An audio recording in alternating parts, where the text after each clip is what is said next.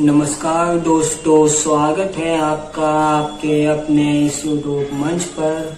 मैं हूं जेके और आज मैं जिस विषय पर विचार विमर्श करने जा रहा हूं या अपनी फर्स्ट एजुकेशनल वीडियो क्रिएट करने जा रहा हूं वह है दर्शन शास्त्र। जैसा कि आप सभी जानते हैं कि किसी विषय को समझने से पहले हम उसके शाब्दिक अर्थ को जानने का प्रयास करते हैं। ठीक वैसे ही इस विषय को समझने से पहले हम इसके शाब्दिक अर्थ को जानने का प्रयास करने जा रहे हैं। दर्शन शास्त्र दो शब्दों से मिलकर बना है, जिसका एक शब्द ये दर्शन है, वहीं दूसरा शब्द ये शास्त्र है। जब दर्शन प्लस शास्त्र को आपस में कंबाइन करा जाता है तब ये बन जाता है दर्शन शास्त्र। अब बात आती है दर्शन शास्त्र के इस शब्द दर्शन की, जो कि संस्कृत के दृश्य धातु से बना है, जिसका हिंदी रूपांतरण देखना होता है।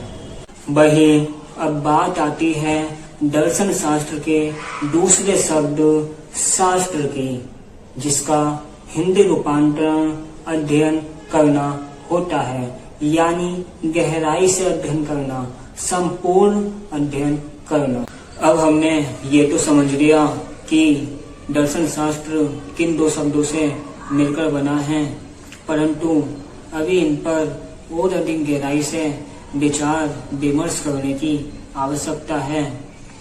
दार्शनिक दर्शन शब्द को समझाते हुए कहते हैं कि जो कुछ भी मैं देख रहा हूँ वो दर्शन है, जिससे मैं देख रहा हूँ वो दर्शन है, जिस दिए मैं देख रहा हूँ वो दर्शन है। अब बात आती है कि हम क्या देख रहे हैं, क्यों देख रहे हैं और किस लिए देख रहे हैं।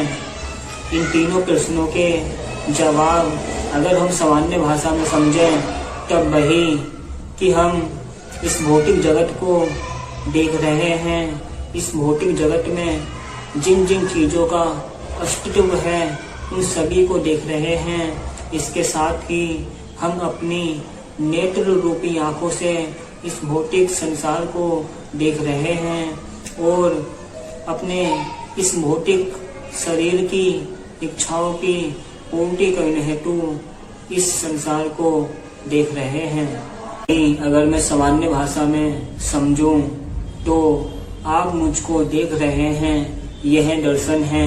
मैं आपको देख रहा हूँ, ये दर्शन है। आप मुझको अपनी आंखों से देख रहे हैं, यह दर्शन है। मैं आपको अपनी आंखों से देख रहा हूँ, यह दर्शन है।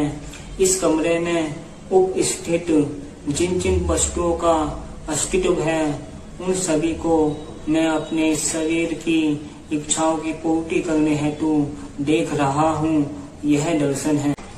अगर हम सामान्य भाषा से ऊपर उठकर बात करें तो इन तीनों प्रश्नों के जवाब दार्शनिक के अनुसार कुछ और ही आते हैं।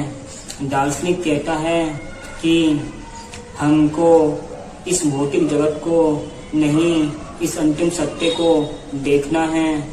हमें अपनी आंखों से नहीं, हमें अपनी आत्मा की आंखों से, अपनी अंतर दृष्टि से इस अंतिम सत्य को देखना है और इसके साथ ही अपने शरीर की इच्छाओं की पूर्ति करने हेतु नहीं, इस अंतिम सत्य को अपने अंतरात्मा की दृष्टि से आत्मा की मोक्ष की प्राप्ति करने के लिए इस अंतिम सत्य को देखना है और यही दर्शन है।